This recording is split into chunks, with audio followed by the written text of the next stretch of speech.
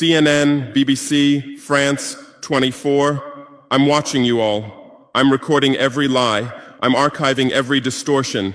I am Ibrahim Traore, and today I'm pulling off your masks. Yes, you heard correctly. I, whom you call a young military junta leader, whom you brand as a dangerous radical, whom you serve up as an anti-Western dictator, am now telling you the truth. And this time you cannot turn off your microphones. This time you cannot turn away your cameras. This time your editors cannot cut this speech. Because the world you monopolize no longer exists. Because millions will hear these words now, without passing through your filters, without being subjected to your distortions, without being muddied by your lies. I am 34 years old. Every day of my life, I grew up with your lies. As a child, I would watch Africa on television. Always the same images. Children with flies, dry lands, weapons, death. This is Africa, they told us. This is what Africa is. And we believed it. We were ashamed of ourselves. We were ashamed of our own lands, of our own people. But then I grew up. I read, I researched, I questioned, and I understood that the Africa you showed us wasn't real. The story you told us was a lie. The fate you imposed on us was a script you had written. For years, how have you portrayed Africa? How have you shown it? How have you sold it to your viewers? As if we were creatures who had no share of humanity. As if we were savages left outside of civilization. As if we were wretches waiting for you to save us. Every day, every hour, every minute, the same story plays on your screens. Hunger, war, disease, corruption, terror, chaos. These are the words that come to mind when Africa is mentioned. In your Africa dictionary, there are no other words. No hope, no success, no development, no resistance, no honor, no pride, no victory. So I ask you, New York Times, Washington Post, Guardian, Le Monde, have you ever made Africa's successes your headlines? How many times have you written about Rwanda's technology miracle? How many times have you shown Ethiopia's reforestation project? How many times have you praised Botswana's democratic success? How many times have you described Kenya's entrepreneurial ecosystem? No, because these don't fit your scenario. Your Africa cannot be successful. It cannot, because then how will you legitimize your exploitation? If it's not in need of help, how will you intervene? If it's not backward, how will you look down on it? Have you ever asked yourselves, has any editor sitting at their desk, any news director in a meeting, any columnist at their keyboard ever thought, why are the people of the world's richest lands poor? Here are the numbers for you, real numbers. Africa owns 70% of the world's cobalt reserves. Your cell phone, your computer, your electric car won't work without cobalt. This cobalt comes from Congo, but Congolese can't afford cell phones. Africa owns 90% of the world's platinum reserves. Catalytic converters, electronic devices, medical implants, they all need platinum. This platinum comes from South Africa, but South Africans are crushed by unemployment. Africa provides 30% of the world's gold production. Mali, Burkina Faso, Ghana, Tanzania. Gold flows like rivers from our lands. But our people swim in poverty. Africa supplies 65% of the world's diamond production. Botswana, Angola, Congo, Sierra Leone, billions of dollars worth of diamonds are extracted, but our miners live on $1 a day. Africa owns 35% of the world's uranium reserves. Niger, Namibia, South Africa. Nuclear plants run on our uranium. Paris lights burn with our uranium, but our villages have no electricity. And you still ask, why is Africa poor? No, the right question is, how was Africa kept poor while being so rich? Here's your answer. Colonialism didn't end. It changed shape. You used to come and occupy our lands. Now you come and establish companies. You used to take by force. Now you make agreements. You used to rule with the whip. Now you rule with credit. Let me give you concrete examples. With numbers, names, dates, but you'll never write about these. Glencore, Swiss-based mining giant, extracting cobalt in Congo. 2022 revenue, $256 billion, a tax paid to Congo, $500 million, that's 0.2%. Is this justice? Rio Tinto, British-Australian mining giant, extracting bauxite in Guinea, 20 million tons annually. What's left for Guinea? Environmental pollution and cancer. Total, now Total Energies, French oil giant, extracting oil in Angola, Nigeria, Congo. 2022, profit, $36 billion investment in Africa, dirty pipelines, Anglo-American, founded in South Africa but now in London. Diamonds, platinum, iron, taking everything. What it left in South Africa? 6 million unemployed miners. And these are just the tip of the iceberg. What about the invisible, the secret deals, the offshore accounts, the transfer pricing tricks? Every year, $88 billion in illegal money flows out of Africa. Who writes about this? Every year, $45 billion in aid comes to Africa. Everyone writes about this, but no one says Africa is not the continent receiving aid, it's the continent giving aid. While you zoom your cameras on swollen bellies, there is a huge system working silently in the background. Every day, tons of gold, diamonds, cobalt, uranium, oil leave our land. But how? Here is the system. Step 1, create corruption, bribe our leaders, open offshore accounts, promise them a life of luxury, send their children to your schools. Step 2, make deals, get 50-year, 99-year concessions, ask for tax exemptions, be exempt from environmental rules, ignore labor rights. Step 3, control the infrastructure. Take over ports, airports, railways, but only from the mine to the harbor. Don't build roads to the villages. Don't bring electricity to schools. Step 4, provide security. Set up private security companies. Arm them. Declare protesting. Step 5, silence the media. Buy local journalists. Suppress opposing voices. Serve internal unrest news to international media. And this is how the system works. It's been working like this for 100 years, and you don't see this system. You don't want to see it, because you're part of the system too. Who are the biggest advertisers of New York Times, CNN, BBC, oil companies, mining companies, arms companies, pharmaceutical cartels, the companies that exploit Africa? You live on their money, you defend their interests, and what I'm about to tell you might cost me my life, but it's no longer time to be silent. France's system in Africa is the CFA franc. 14 African countries still use French colonial currency. 50% of these countries' central bank reserves sit in the French treasury. France applies negative interest to this money, so we pay France to use our own money. Through this system, France transfers $500 billion worth of resources from Africa every year. Does anyone write about this? No. But when France gives Africa 10 billion euros in aid, it makes headlines. Britain's system is more sophisticated. London is the world's money laundering center. City of London, offshore paradise. Every penny stolen from Africa passes through London. Jersey, Guernsey, Cayman Islands, Virgin Islands, all under British control. Africa's wealth hides there. America's system is AFRICOM. Africa Command, 46 military bases on the continent. Official purpose, security. Real purpose, resource control.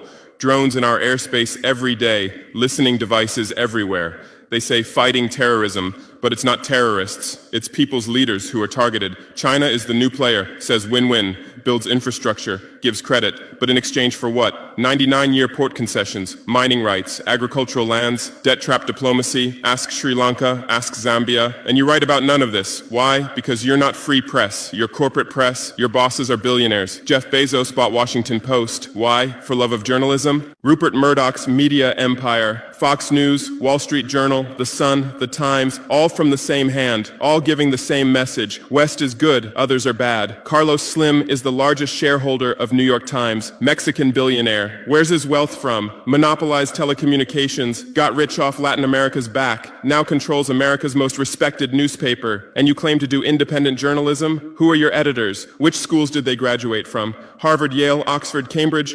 Always the same elite schools, always the same worldview, always the same prejudices. How are your reporters selected? How many languages does your Africa correspondent speak? French, English, that's all. Swahili, Hausa, Yoruba, Amharic, they don't know. They can't talk to the people. Your sources are always the same. Western diplomats, NGOs, experts, and then you come and lecture us. They killed Patrice Lumumba, January 12, 1961. CIA agent Larry Devlin confessed. Belgian mercenaries executed. They dissolved his body in acid, took his teeth as souvenirs. In 2022, that tooth was returned from Belgium to his family after 61 years. And what did you say then? Chaos in Congo. You didn't ask about the killers. You didn't investigate CIA documents. You didn't write about Belgium's crime. They killed Thomas Sankara, October 15, 1987. My hero, Africa's hope. Vaccinated 2.5 million children against measles and meningitis, planted 10 million trees, raised literacy rate from 13% to 73%, gave equal rights to women, banned FGM, ended corruption,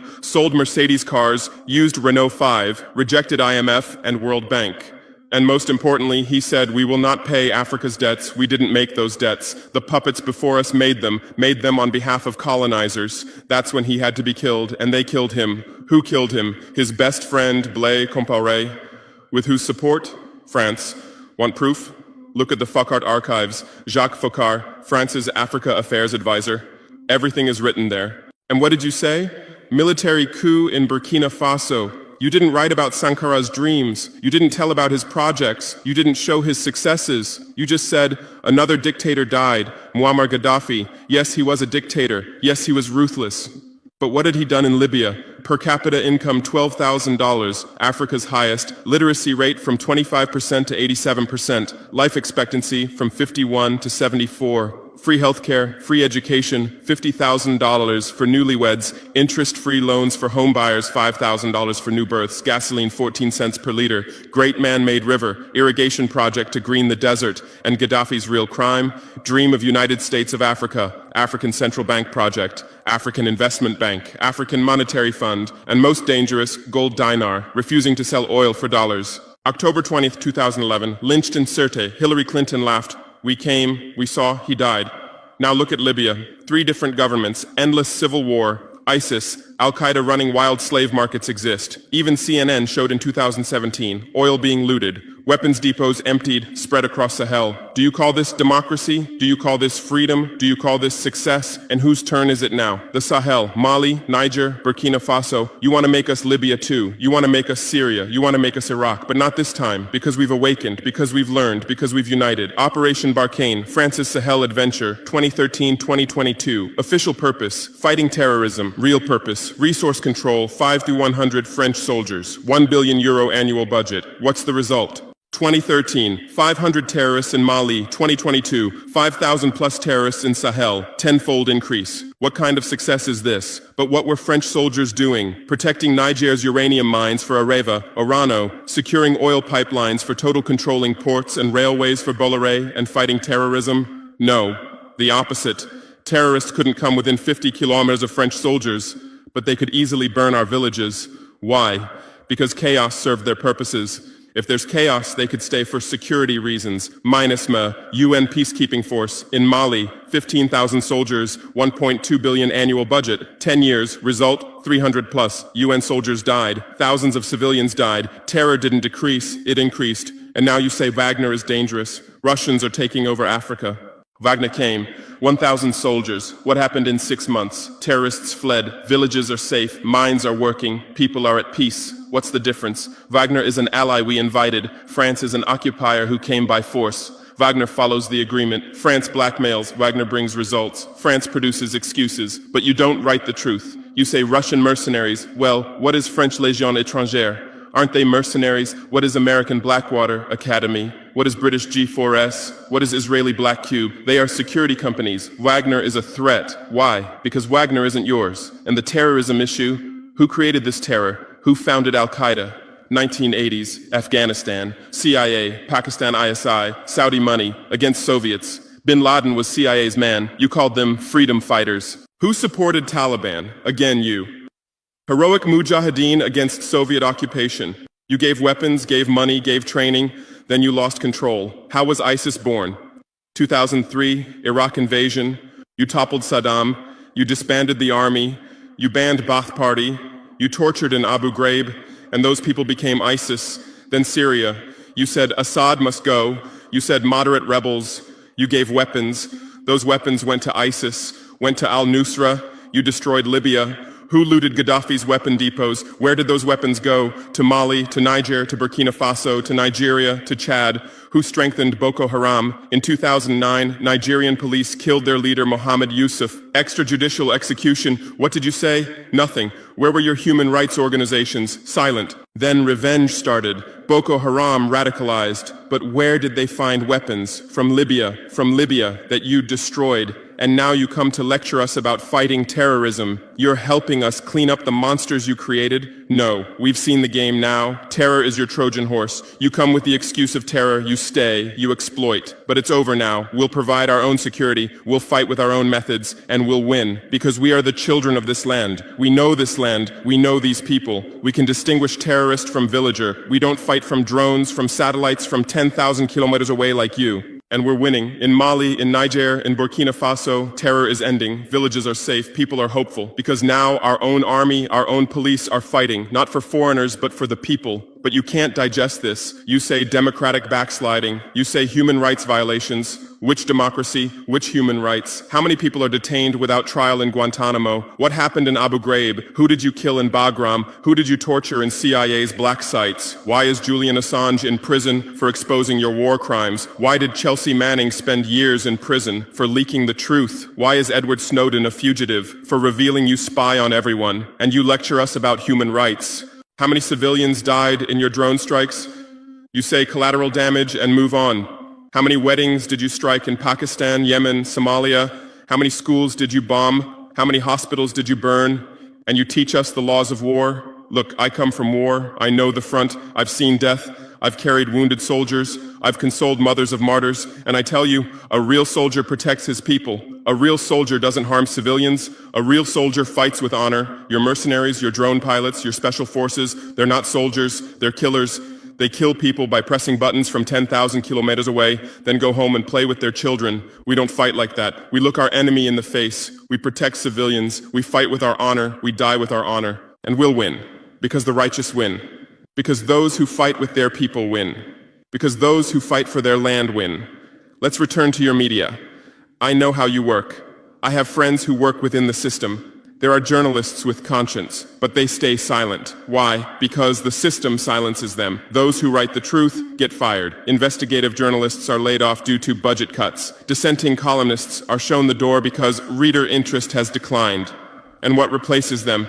Experts from think tanks, NGOs, universities, all saying the same thing, all defending the same thesis. West is good, Africa is bad.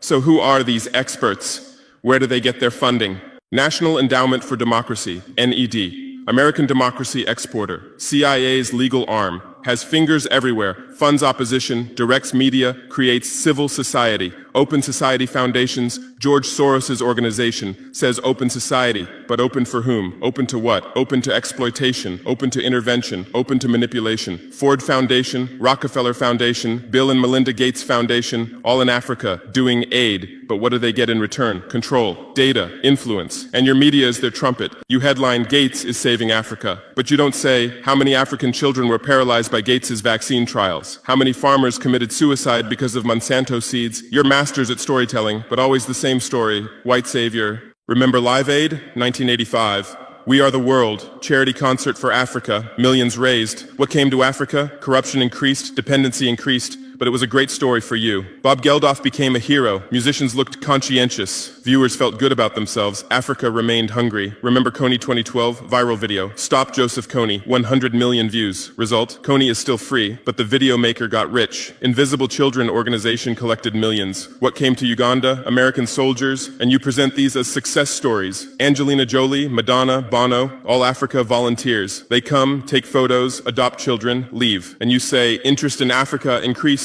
What interest? Whose interest? Interest for what? Madonna adopted from Malawi. You made headlines. But 100 children die from malaria every day in Malawi. You didn't write that, because that news doesn't sell. Bono became Africa's spokesperson, raised billions with U2 concerts, but moved his company to Netherlands to avoid taxes. Money stolen from Africa also passes through Netherlands. Did you write about this? George Clooney campaigned for Darfur, said save Darfur. Result? Sudan split. Oil remained in South Sudan. South Sudan is now in civil war. Who's getting the oil? Take a guess. And you always present these as humanitarian aid. But these are imperialism's soft face. These are exploitation's PR. Let me give you real numbers. Every year, 134 billion in aid and investment comes to Africa. Every year, 192 billion in resources leave Africa, net loss, $58 billion every year. But you only write about the incoming $134 billion. You don't write about the outgoing $192 billion. Why? Because then people will ask, why does Africa need aid? Illicit financial flows, 88.6 billion year multinational corporations profit transfers, 48.2 billion year debt interest, 17 billion year brain drain cost, 13.8 billion year climate change cost, 10.6 billion year illegal logging, 17 billion year illegal fishing, 1.3 billion year total, $192+ billion every year. This much resource leaves Africa every year. But what are your headlines? EU announces 20 billion euro aid package for Africa. China gives Africa $60 billion in credit. America grants Africa $8 billion. People read these and think how generous they are, how charitable, how ungrateful Africa is. But the truth is the opposite. Africa is financing your standard of living. Africa is subsidizing your prosperity. Africa is making your technology possible.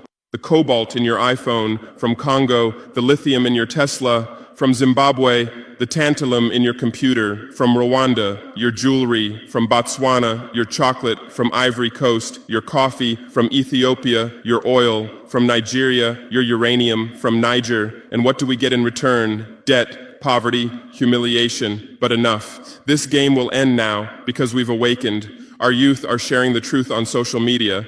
Bar France out hashtag used 100 million times.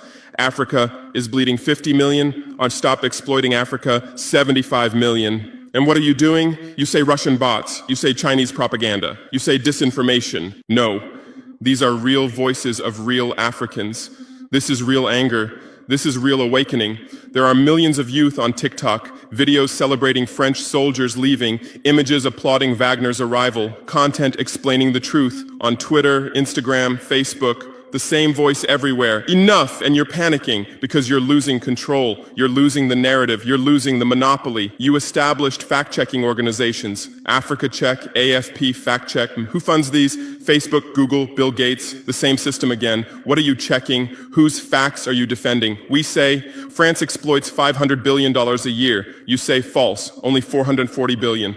As if that changes the situation, as if 440 billion is little. We say Wagner has been successful. You say Wagner violates human rights. Well, what were French soldiers doing? Bombing Fulani villages, arming Dogon militias, accidentally striking weddings. Your hypocrisy is so obvious that no one believes you anymore. Remember what Anderson Cooper said on CNN? Democracy is declining in Africa. Which democracy, Anderson? Your democracy? America's democracy? Your Capitol riot, January 6, 2021. You said, attack on democracy. 5 people died. Our Sankara assassination, October 15, 1987. You said, internal matter. 1 person died, but that person was the hope of 20 million people. In your elections, corporations fund candidates, lobbyists write laws. You call our elections rigged. In your country, police kill blacks. George Floyd, Breonna Taylor, Ahmaud Arbery.